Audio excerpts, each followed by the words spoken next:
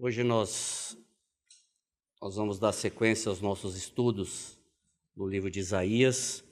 Quero pedir que você abra a sua Bíblia em Isaías, capítulo 30, do versículo 1 ao versículo 17. Nós vamos ficar nesse primeira parte do capítulo hoje. O tema da mensagem desta noite é acordos errados, resultados desastrosos. E nós vamos ver por que nós colocamos esse título e o que estava acontecendo lá na época. Eu vou projetar aqui o texto e mesmo assim eu gostaria que você acompanhasse aí na sua Bíblia. Isaías 30, de 1 a 17, diz assim: Ai dos filhos rebeldes, diz o Senhor, que executam planos que não procedem de mim e fazem aliança sem a minha aprovação, para acrescentarem pecado sobre pecado. Que descem ao Egito sem me consultar, buscando refúgio em Faraó e abrigo, à sombra do Egito. Mas o refúgio de Faraó se vos tornará em vergonha, e o abrigo na sombra do Egito em confusão. Porque os príncipes de Judá já estão em Zoã, e os seus embaixadores já chegaram em Ranes. Todos se envergonharão de um povo que de nada lhes valerá. Não servirá nem de ajuda nem de proveito, porém de vergonha e de opróbrio. Sentença contra a besta do sul, através da terra da aflição e angústia, de onde vem a leoa, o leão, a víbora e a serpente volante. Levam a lombos de jumento as suas riquezas e sobre as córcovas de camelos os seus tesouros, a um povo que de nada lhes aproveitará. Pois quanto ao Egito, vão e inútil é o seu auxílio, por isso lhe chamarei Gabaroba, que nada faz. Vai, pois, escreve isso numa tabuinha perante eles, escreve-o num livro, para que fique registrado para os dias vindouros, para sempre, perpetuamente. Porque povo rebelde é este, filhos mentirosos, filhos que não querem ouvir a lei do Senhor. Eles dizem aos videntes: não tenhais visões, e aos profetas: não profetizeis para nós o que é reto. Dizei-nos coisas aprazíveis, profetizai-nos ilusões, desviai-vos do caminho, apartai-vos da vereda, não nos faleis mais do Santo de Israel. Pelo que assim diz o Santo de Israel: visto que rejeitais esta palavra, confiais na opressão e na perversidade, e sob isso vos estribais, portanto esta maldade vos será como a brecha de um muro alto, que formando uma barriga está prestes a cair, e cuja queda vem de repente, num momento. O Senhor o quebrará como se quebra o vaso do olheiro, despedaçando-o, sem nada lhe poupar. Não se achará entre os seus cacos um que sirva para tomar fogo da lareira ou tirar água da poça. Porque assim diz o Senhor, Deus, o Santo de Israel: em vos converterdes e em sossegardes está a vossa salvação. Na tranquilidade e na confiança a vossa força, mas não o quisestes. Antes dizeis: não, sobre cavalos fugiremos, portanto fugireis, e sobre cavalos ligeiro cavalgaremos. Sim, ligeiros serão os vossos perseguidores. 1000 homens fugirão pela ameaça de apenas um, pela ameaça de 5, todos vós fugireis, até que sejais deixado como o mastro no cime do monte e como um estandarte do oleiro. Irmãos, é um texto de Isaías. Noide deu uma pequena introdução aqui. Eu queria voltar no versículo 1 até o versículo 7, e nós vamos fazer uma pregação expositiva. Quem não está acostumado, que está nos visitando, eu vou projetar de volta do versículo 1 ao versículo 17, ao versículo 7, e nós vamos fazer uma exposição nesse sentido. Do versículo 1 até o versículo 7, diz assim. E aqui eu quero dizer para você o seguinte: nesses 7 versículos, nós temos material para falar durante muito tempo. Mas por causa do tempo, nós vamos dar uma resumida. Ele diz: ai dos filhos rebeldes, diz o Senhor, que executam planos e não procedem de mim e fazem aliança sem a minha aprovação, para acrescentarem pecado sobre pecado. Que descem ao Egito sem me consultar, buscando refúgio em Faraó e abrigo, à sombra do Egito. Mas o refúgio de Faraó se vos tornará em vergonha, e o abrigo na sombra do Egito em confusão. Porque os príncipes de Judá já estão em Zoã, e seus embaixadores já chegaram a Ranes. Todos se envergonharão de um povo que nada lhes valerá, não servirá nem de ajuda nem de proveito, porém de vergonha e de opróbrio. Sentença contra a besta do sul, através da terra da aflição e angústia, de onde vem a leoa, o leão, a víbora e a serpente volante. Levam a lombos de jumento as suas riquezas e sobre a córcova de camelos os seus tesouros. A um povo que nada se lhe aproveitará, pois quanto ao Egito, vão e inútil é o seu auxílio. Por isso lhe chamarei gabarola, que nada faz. A partir, nós temos falado sobre profecias. Essa profecia do capítulo 30, ela vai até o capítulo 32, versículo 20. A gente percebe que o livro de Isaías ele tem alguns trechos e parece que ele tem alguns parênteses. No meio, nós falamos há um tempo atrás que parece que Isaías ele parou a profecia naquele período e começou a falar sobre a segunda vinda de Cristo. E aqui ele faz um parênteses e ele vai falar dessa profecia que envolve o Egito até o capítulo 32, versículo 20. Mas na realidade não é uma profecia contra o Egito, é uma profecia contra Judá, contra o povo, contra os judeus, o reino do sul, que envolve o Egito. Ele menciona o Egito diretamente porque o povo de Judá estava confiando no Egito aquilo que não era para confiar. Na realidade, ele vai mencionar o Egito várias vezes aqui como repreensão ou como exemplo daquilo que o povo de Judá não deveria fazer. E para nós também, porque quando nós olhamos uma mensagem dessa, irmãos, ela é atual, parece que é hoje, porque a gente olha para isso e diz, mas que povo de coração duro. Eu tenho falado isso daqui, eu leio isso aqui olhando para o espelho, porque você olha essa realidade e diz, mas como é que pode isso? E nós percebemos que não mudou muita coisa, continua do mesmo jeito, um povo com o coração duro da mesma situação. Mas presta atenção, o texto começa dizendo que filhos rebeldes. E esses filhos rebeldes não são filhos rebeldes sobre a minha ótica, sobre a tua ótica, eles não são filhos rebeldes sobre a minha percepção, sobre a sua percepção, e eles não são filhos rebeldes sobre a minha avaliação e a sua, porque nós podemos nos enganar, mas eles são filhos rebeldes sobre a percepção, a avaliação e a ótica do Senhor, porque é o Senhor que está dizendo, filhos rebeldes vocês são. Então veja como que o Senhor começa, através do profeta Isaías, tratar esse povo. Vocês são filhos rebeldes. E quando nós lemos uma expressão como essa, nós caímos, as lágrimas precisam cair dos nossos olhos, porque eu digo, Senhor, filhos rebeldes. E por que eles são filhos rebeldes? Eles eram filhos rebeldes sob a ótica do Deus 3 vezes santo. O Senhor disse isso para eles, vocês são filhos rebeldes. Agora, como pode ser filhos rebeldes? Eles eram filhos de acordo com a religião. De acordo com a religião, eles eram filhos de Deus, povo escolhido. Quando nós olhamos para Romanos capítulo 9, Paulo diz assim, nem todos que são da descendência de Abraão são filhos de Abraão. Ou seja, aqui eles eram filhos religiosos, filhos da religião, e não filhos de Deus verdadeiramente. E nós percebemos que não foi a primeira vez que o Senhor ou que o profeta Isaías citou esses filhos ou fez menção da rebeldia e da arrogância e da altivez desse povo de Judá. E aqui quando eu falo no povo de Judá, eu estou falando do reino do sul, porque geralmente quando ele usa aqui, ele está usando do rei, ele está usando dos profetas, ele está usando dos escribas, ele está usando a liderança do povo, que tinha o papel de conduzir o povo para o caminho reto. Então a profecia ela vem para a liderança de Judá, que estava levando o povo, desviando o povo para caminhos errados.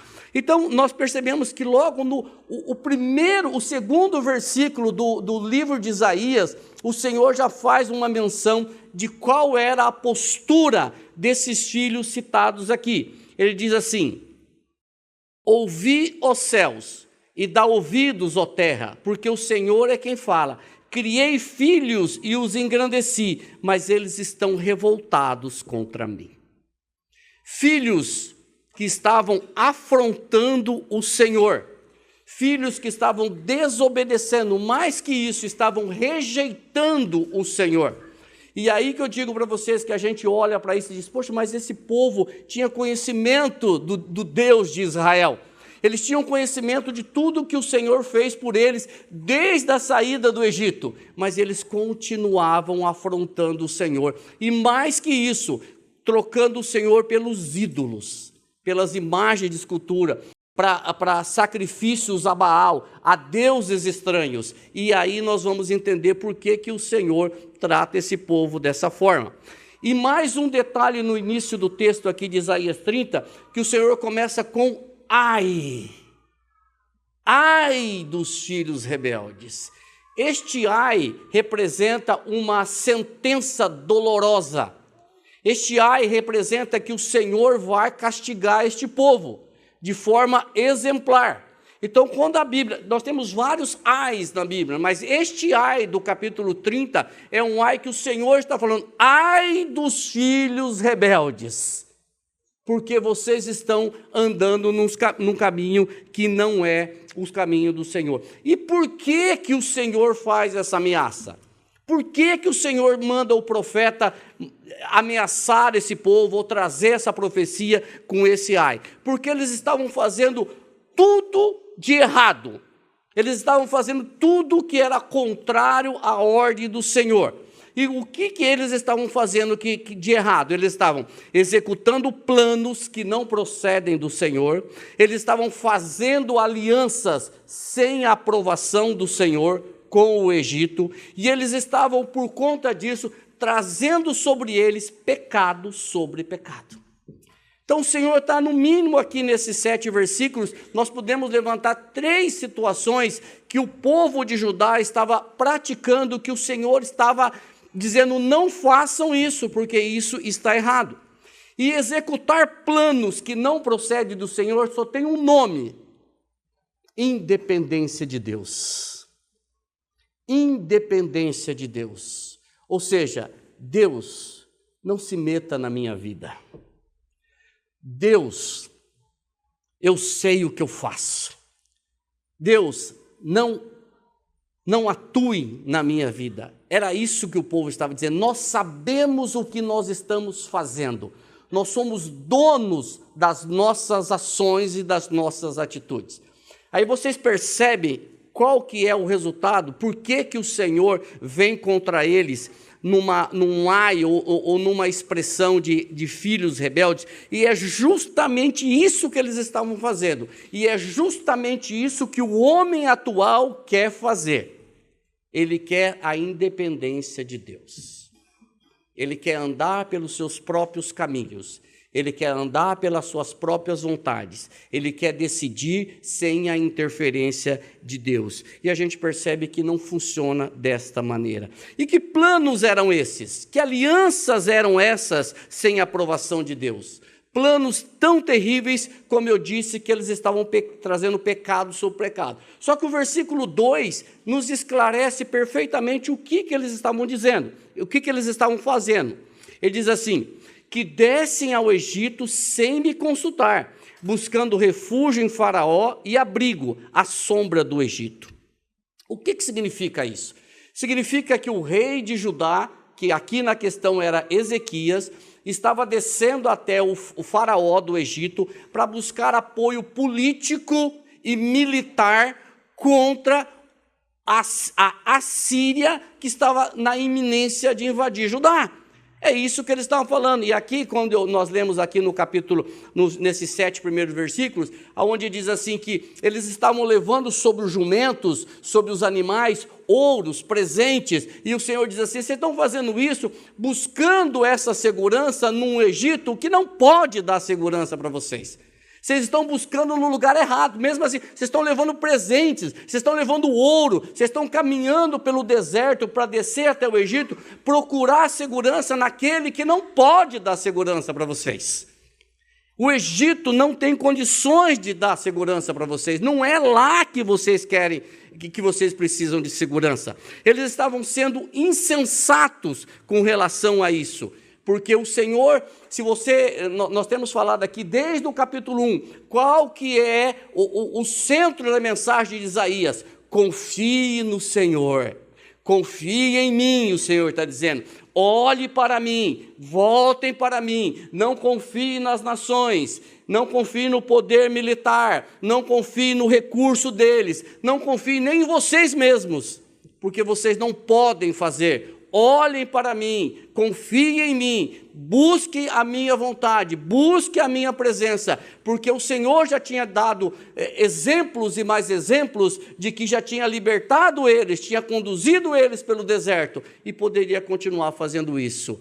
Mas a gente percebe que o povo não queriam isso, eles não estavam interessados no Senhor. O Egito não era a ajuda que Judá estava precisando, a ajuda que eles precisavam, a ajuda que eles necessitavam era o Senhor dos Exércitos.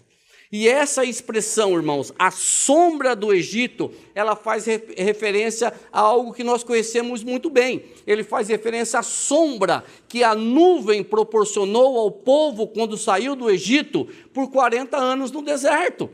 A Bíblia diz que o Senhor colocou uma nuvem ali fazendo sombra. Esta é a sombra. Eles estavam querendo a sombra do Egito, só que quem tinha proporcionado sombra literal para eles era o Senhor durante o período que eles andaram no deserto por 40 anos. E nós percebemos o seguinte, os erros de Judá, os erros do povo de Deus. Eles cometeram muitos erros. Primeiro, quando o reino do norte atacou o reino do sul, o reino do sul procurou apoio dos sírios. Quando os sírios atacaram o reino do sul, eles procuraram o apoio dos assírios. Quando os assírios estavam na iminência de atacar o reino do sul, eles estavam procurando a ajuda dos egípcios. Ou seja, a história mostra que sempre Judá não se rendia ao Senhor, não buscava o socorro e a ajuda do Deus de Israel, mas sempre buscando a ajuda de outras nações. Sempre achando que outras nações poderiam vir em ajuda a eles, em socorro a eles. Só que nós percebemos que isso nunca funcionou. Nunca funcionou. Sempre o Senhor. E quando o Senhor diz assim, eu vou trazer os assírios, não era os assírios, apesar do império assírio achar que era a estratégia dele que estava vindo, a Bíblia deixa muito clara que era o Senhor que estava trazendo eles. Apesar dos babilônicos achar que eles estavam conquistando, a Bíblia deixa claro que é o Senhor que estava trazendo eles. Eu estou trazendo os babilônicos, eu estou trazendo os assírios. E qual é o propósito disso? Para punir? Não, mas para educar o povo, para mostrar para o povo que Ele é o Senhor. E que Ele está no controle das nações, que Ele está no controle de tudo, e que nada acontece sem que Ele permita.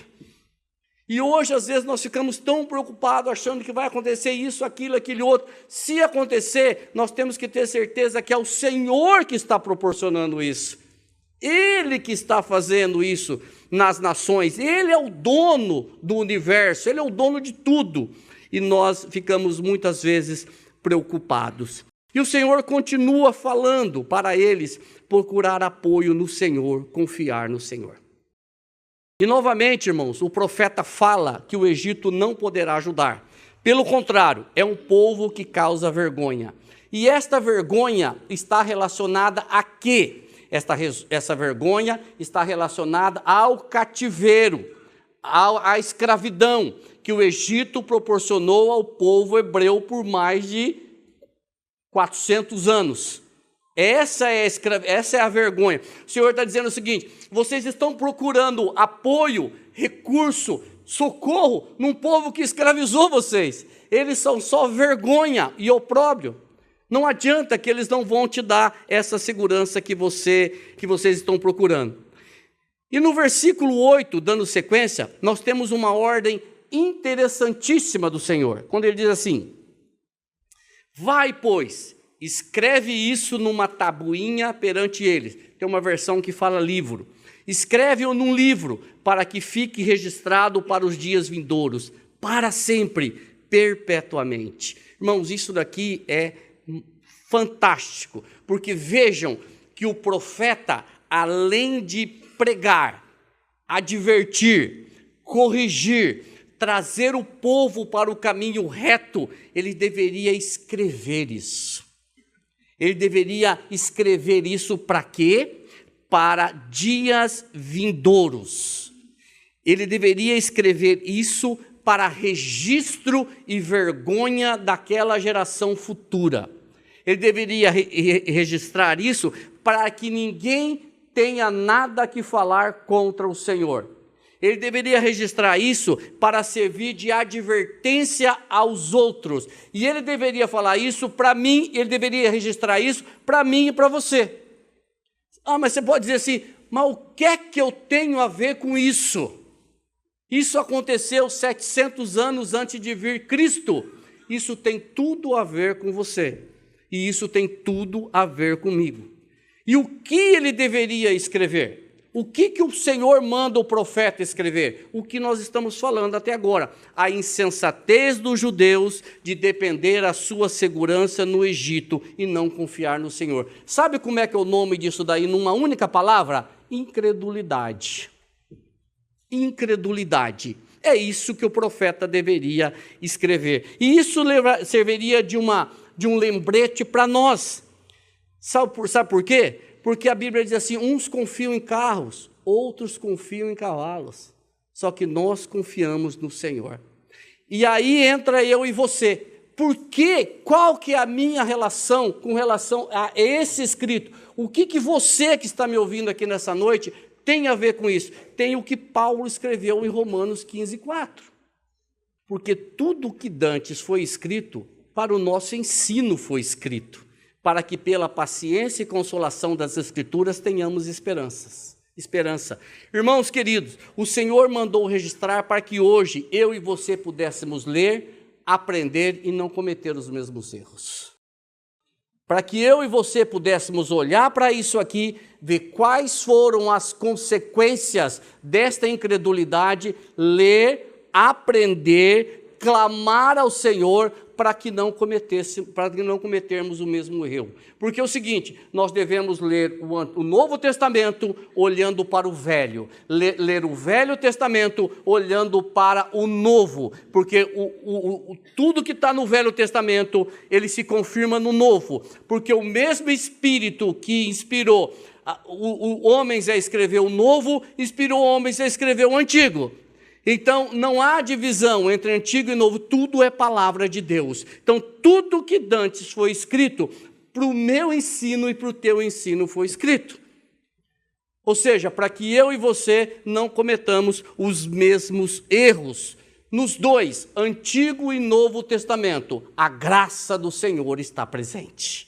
A graça do Senhor está presente. Nós já temos falado aqui e nós temos ouvido às vezes algumas pessoas falar assim, o Velho Testamento é pela lei, o Novo Testamento é pela graça. Desculpa, mas nunca foi pela lei, sempre foi pela graça. Antigo Testamento e Novo Testamento sempre foi pela graça de Deus, nunca foi por lei. Se você só para constar, leia Hebreus 11 que você vai ver que sempre foi pela graça. Pela fé Noé creu, pela fé Abraão, pela fé Raabe, pela fé Sara, pela fé. Então, se foi pela fé, foi pela graça. Não foi por obras e nem pela lei. Só um parênteses aqui, irmãos. Isaías 39, ele diz assim, dando continuidade. Porque povo rebelde é este, filhos mentirosos, filhos que não querem ouvir a lei do Senhor. Irmãos, que definição, que versículo difícil de ler, que coisa triste de ler. Não é gostoso você ler isso daqui, porque povo rebelde é este. Olha a definição triste dos judeus, filhos rebeldes e mentirosos, que não cumprem o que falam. Filhos mentirosos que prometem tudo, mas não fazem nada. Que triste. Como é difícil ler um versículo como esse. Estão com os ouvidos tapados para o Senhor. Não querem ouvir o Senhor. Não querem ouvir do Senhor. Não querem caminhar nos caminhos do Senhor. Não querem que o Senhor os conduza a um caminho reto, perfeito. Tem uma passagem em Apocalipse, capítulo 20, por que eu vou citar isso aqui? Porque a permanência, eles falam de filhos mentirosos aqui, a permanência na mentira é um pecado que afastará o homem da eternidade com Cristo. Apocalipse 21:8 diz assim: mas quanto aos tímidos, e aos incrédulos, e aos abomináveis, e aos homicidas, e aos que se prostituem, e aos feiticeiros, e aos idólatras, e a todos os mentirosos, a sua parte será no lago que arde com fogo e enxofre, o que é a segunda morte. Os mentirosos estão aqui. Aquele que vive na prática da mentira. Aquele que tem a mentira como o seu vocabulário, aquele que gosta da mentira, que pratica a mentira, está aqui dizendo que ele estará eternamente longe, afastado de Cristo Jesus. Isso é triste a gente ver, que o Senhor, ele dá essa definição sobre os judeus, filhos mentirosos. Filhos mentirosos. E essa acusação contra eles, contra esse povo judeu, contra o povo que não queria o Senhor. Ele continua no versículo 10 e 11. E aqui nós temos aquela acusação do ai, que é uma acusação violenta e uma sentença terrível. Presta atenção qual era a postura do povo perante Deus. Presta atenção. Eles dizem aos videntes: não tenhais visões, e aos profetas: não profetizeis para nós o que é reto. Olha só, não fala para mim o que é reto, não me mostra o caminho certo. Irmãos, dizei-nos coisas aprazíveis, profetizai-nos ilusões, desviai-vos do caminho, apartai-vos da vereda, não nos faleis mais do Santo de Israel. Misericórdia. E essa acusação aqui é o Senhor que está fazendo. Essa acusação aqui é o Senhor que está falando que os filhos de Judá estavam fazendo. Ou seja, não há nenhuma dúvida de que isso é verdade. O Senhor usou o profeta. Vocês dizem assim. Vocês dizem aos videntes. Irmãos, executar planos que não procedem de Deus. É isso que eles estavam fazendo. Eles proibiam os profetas de lhe falarem em nome de Deus. Deus estava fora dos planos deles. O Deus de Israel estava fora dos planos deles. E hoje, tristemente, nós observamos que o Deus, que Jesus Cristo, o Deus encarnado, está fora dos planos de muitas pessoas que nós conhecemos. Infelizmente, como eu disse no início, e vou falar agora e vou falar daqui a pouco, essa mensagem é atualizada demais. É atualizada demais. Eles proibiam os profetas de lhe falarem em nome de Deus e de se comportarem lealmente com eles. Não tenham visões, nós queremos as trevas. Não tenham visões límpidas, não traga-nos visões do Senhor, nós preferimos as trevas. O que diz João 3,19? O julgamento é este: a luz veio ao mundo, mas os homens preferiram as trevas porque as suas obras eram más. Não mudou nada. Continua muita gente não querendo o Senhor. Não queremos caminhos retos, diziam eles. Queremos caminhos tortuosos. Queremos andar pelos nossos próprios caminhos. queremos continuar nas nossas práticas. Queremos continuar nas nossas práticas. E eu não sei se você já teve essa oportunidade, mas eu já tive a oportunidade de conversar com pessoas que dizem assim: eu quero Jesus na minha vida, mas eu não quero que ele se intrometa na minha vida. Eu quero o Salvador, mas eu não quero o Senhor. Eu quero um Jesus para resolver os meus problemas, mas da minha vida cuido eu. O nome disso é Jesus Self-Service. Eu pego a parte que me interessa para resolver. O nome disso é incredulidade. É diferente disso aqui? Não, é a mesma coisa. Eu não quero que esse Jesus se intrometa na minha vida. Por quê? Porque se ele for o Senhor da sua vida, você sai de cena. Se ele for o Senhor da minha vida, ele manda na minha vida. E as pessoas dizem: não, na minha vida mando eu. Isso chama-se incredulidade. Eu volto a dizer o que eles falaram. Se você pensa assim, o Jesus da Bíblia está fora dos seus planos. Está fora dos seus planos. Não queremos caminhos retos, queremos os tortuosos. Provérbios diz assim, que há caminhos que ao homem parece certo, mas o fim deles é o quê? A morte. Há caminhos que ao homem parece que é muito... Eu comando, eu mando, eu faço, mas o fim é a morte. É isso que nós vamos... Que o povo estava pensando. E ele diz mais: dizei-nos coisas aprazíveis, fala somente coisas que nós queremos ouvir. Irmãos, eu coloquei aqui em letra 18, será que Isaías vive hoje?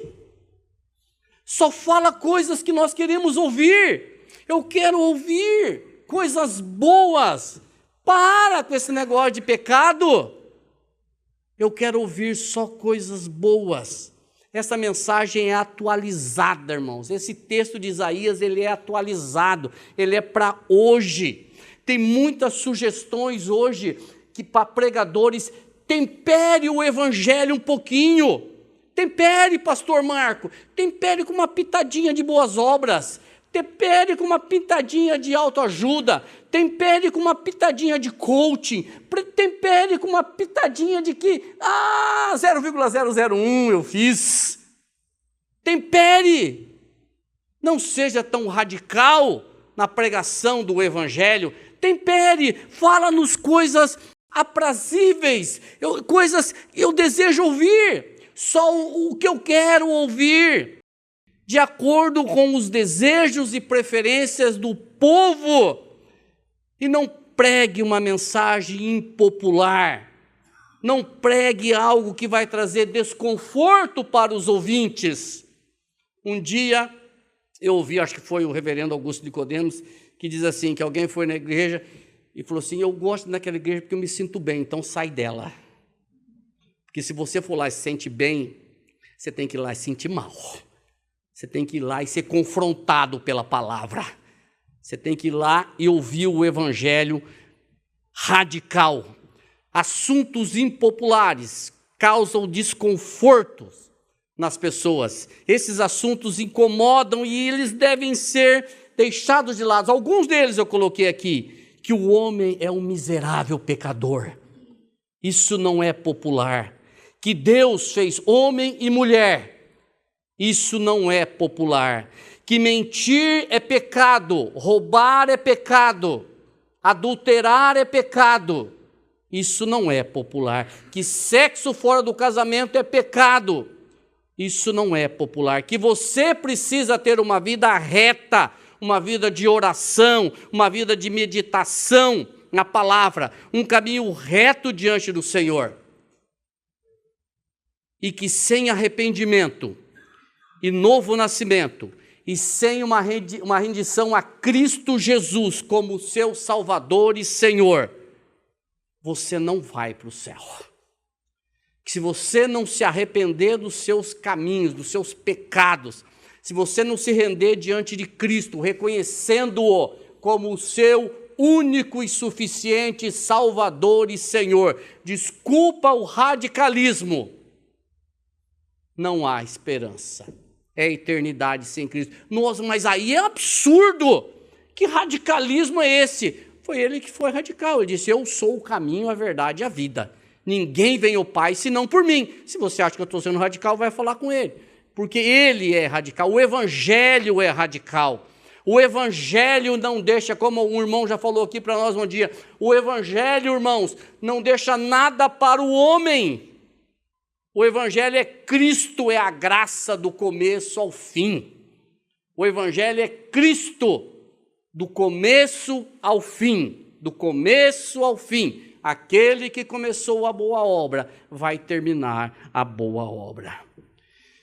E Paulo adverte Timóteo sobre essa questão das pregações temperadas. Acho que o Noede leu aqui, 2 Timóteo 4, 3 e 4, que diz assim: porque virá tempo em que não suportarão a sã doutrina, mas, tendo comichão nos ouvidos, amontoarão para si doutores, conforme as suas próprias concupiscências, e desviarão os ouvidos da verdade, voltando às fábulas.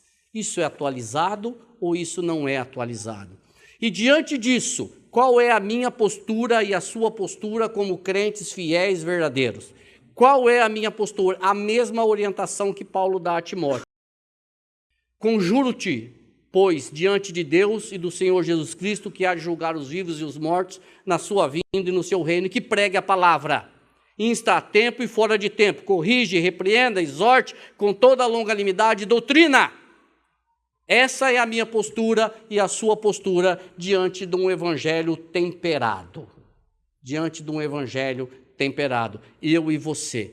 A minha oração, e eu tenho certeza que a oração do presbitério dessa comunidade, é que daqui nunca a palavra seja negociada. Nunca, deste púlpito, nunca a palavra vai ser negociada. Nunca.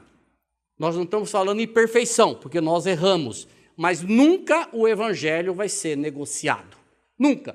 Por isso que nós pregamos expositivamente, porque tem texto que você gostaria de pular, mas quando você faz expositivamente, não tem como pular. Então você tem que vir aqui e falar, mesmo que isso, algumas pessoas torcem o nariz, mas vai ouvir o evangelho. Nunca deste púlpito a palavra será negociada. Paulo, dando continuidade a este assunto das lisonjas, ele também nos ajuda em Romanos, capítulo 16, versículo 17 e 18, quando diz assim: e rogo-vos, irmãos, que noteis os que promovem dissensões e escândalos contra a doutrina que aprendeste, e desviai-vos deles, porque os tais não servem ao nosso Senhor Jesus Cristo, mas ao seu ventre, e com as suaves palavras e lisonjas enganam os corações dos simples.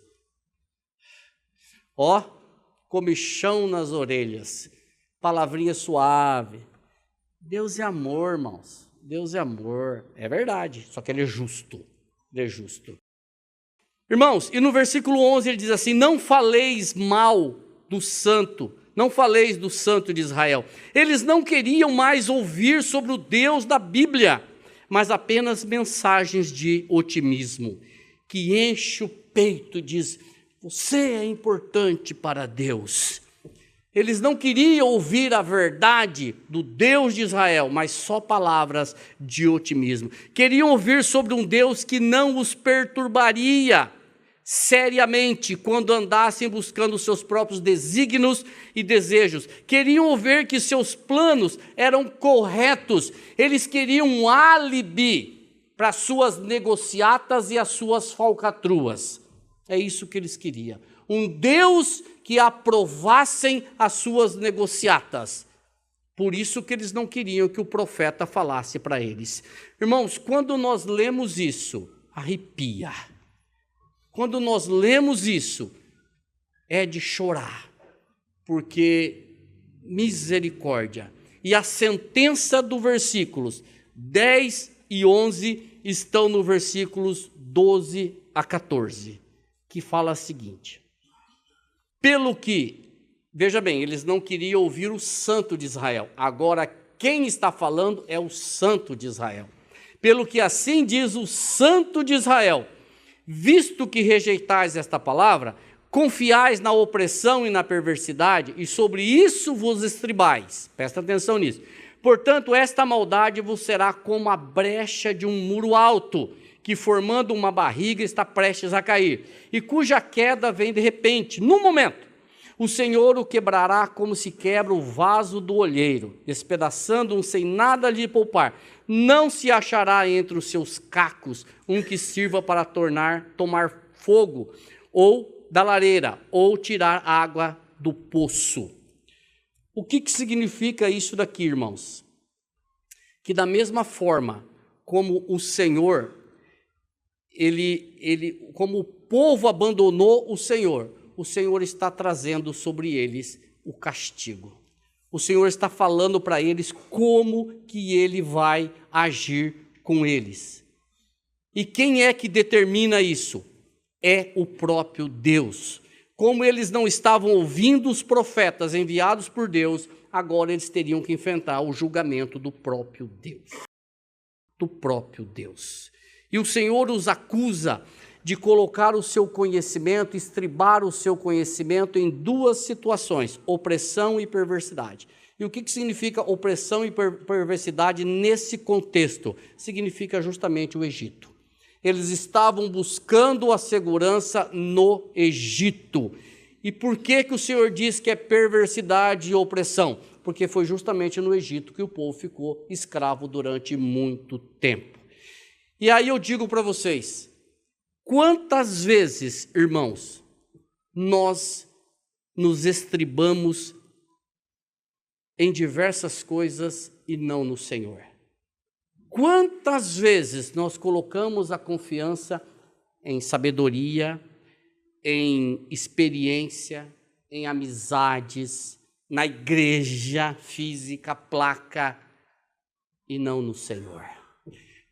Eu falo isso, irmãos, como eu falei no começo, olhando para o espelho. Quantas vezes nós tomamos as decisões, nós criamos planos, nós executamos planos, sem sequer falar com o Senhor. E quando os planos não dão certo, nós choramos e perguntamos, Senhor, por que isso está acontecendo? Eu acho que Ele olha e fala assim, por que você não me perguntou se você ia fazer isso? Não é pecado fazer plano. A Bíblia diz que o homem faz plano, só que a resposta certa vem da boca do Senhor. Quantas vezes nós nos estribamos em nós mesmos, nas nossas experiências, sem buscar o Senhor? Pense um pouquinho, não precisa responder. É isso que o povo estava falando e é isso que o Senhor estava repreendendo. E eu, irmãos, caminho para o término dessa mensagem, considerando o versículo 15, que a misericórdia e a longanimidade do Senhor, que o Senhor estava usando, mesmo diante de uma catástrofe anunciada como esta, o Senhor estava usando a misericórdia e a longanimidade dele. Ele estava exercendo a misericórdia e a longanimidade. Ele estava chamando o povo a quê? Ao arrependimento. Ele estava chamando através do profeta ao povo para voltar a confiar nele, deixar as suas estratégias, as suas negociações, os seus planos furados, a sua confiança no Egito e voltar-se para o Senhor, que efetivamente poderia trazer a segurança que eles estavam querendo. O Egito, como eu disse no início, não era a segurança que o povo precisava. E o que é o Egito na nossa contextualização? É o mundo. O mundo não pode te dar a confiança que você está procurando. O mundo não pode te dar a segurança que você esteja procurando, a confiança, a segurança. Se você está passando por dificuldades, eu tenho certeza que muitos estão, não é profecia, mas eu tenho certeza que muitos estão passando, o mundo não é o lugar de você procurar a solução. O lugar de você procurar a sua confiança, a solução, a segurança, a tranquilidade, o sossego é no Senhor. É no Senhor. E é isso que o Senhor vem falando agora no capítulo, no versículo 15, quando ele diz assim: porque assim diz o Senhor, o Santo de Israel, em vos converterdes e em sossegardes está a vossa salvação. Na tranquilidade e na confiança a vossa força, mas não o quiseste. O Senhor está chamando o povo ao arrependimento. O Senhor está dizendo: volte para mim. Olhe para mim, diz 45:22, olhe para mim e sede salvo, porque eu sou Deus e não há outro fora de mim. Esta é a mensagem de Isaías, do começo até o fim. E da mesma forma que o Senhor falou do castigo, agora está falando da esperança, da tranquilidade, do sossego. Da mesma forma, é um chamado a este sossego e essa tranquilidade nele. Irmãos, entenda isso, somente o Senhor poderia proporcionar a eles e a nós esta tranquilidade. Eu não estou falando aqui, por favor, me entenda, eu não estou falando de uma vida sem problemas, eu não estou falando de uma vida sem dificuldades, eu não estou falando de uma vida sem situações complicadas, eu estou falando de nós colocarmos as nossas situações diante daquele que pode. Daquele que pode. Entendeu? Às vezes nós queremos resolver pela nossa própria vontade e não resolve. Ah, mas eu estou passando por dificuldade. Amém. Bem-vindo à vida cristã. Porque qual crente não passa por dificuldade? A Bíblia está cheia de mensagem a respeito disso. O problema é que nós muitas vezes não colocamos as nossas dificuldades diante do Senhor. Tem uma passagem que Paulo, ele é maravilhoso quando ele diz assim: quando nós olhamos para as coisas que o Senhor tem preparado para nós, as tribulações que nós passamos aqui são leves e momentâneas. Ah, se eu pego o Paulo. Ah, se eu ver, só se for sua que é leve e momentânea. Entendeu? E a gente sabe que Paulo passou aqui, não foi leve e momentânea.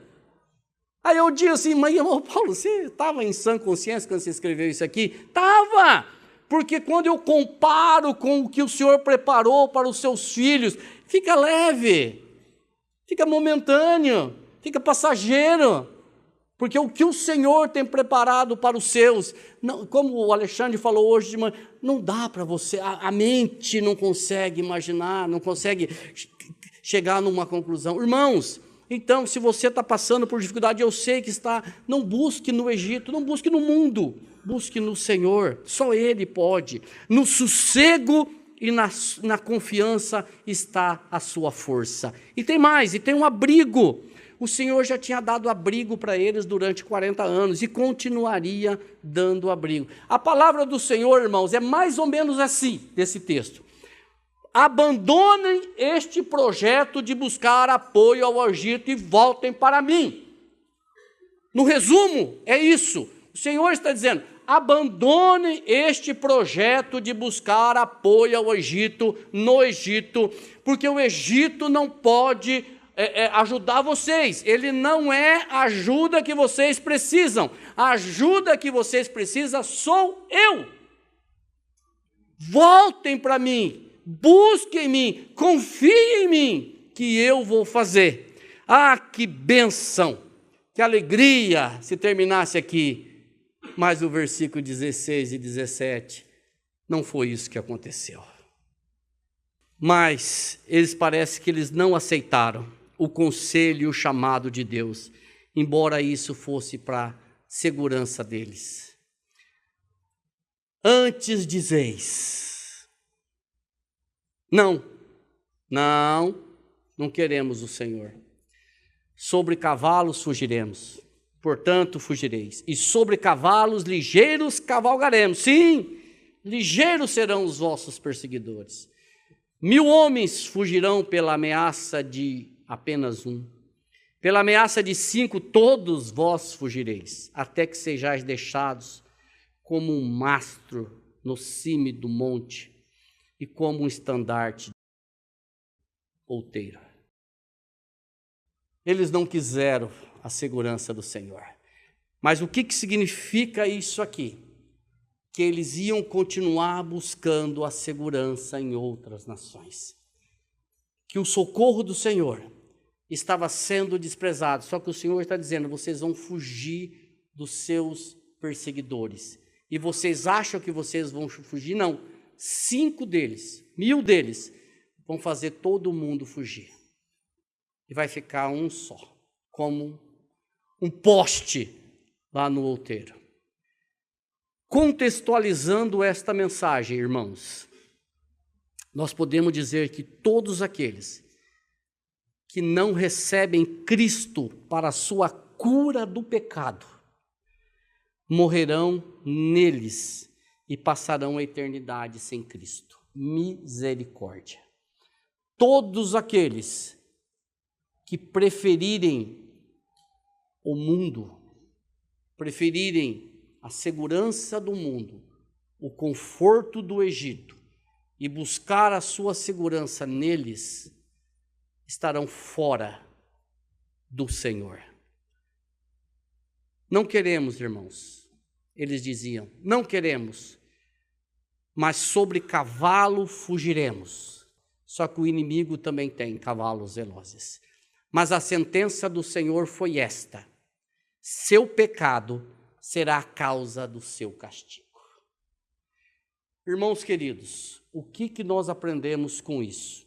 Nada diferente do que eu falei até agora. Confie no Senhor.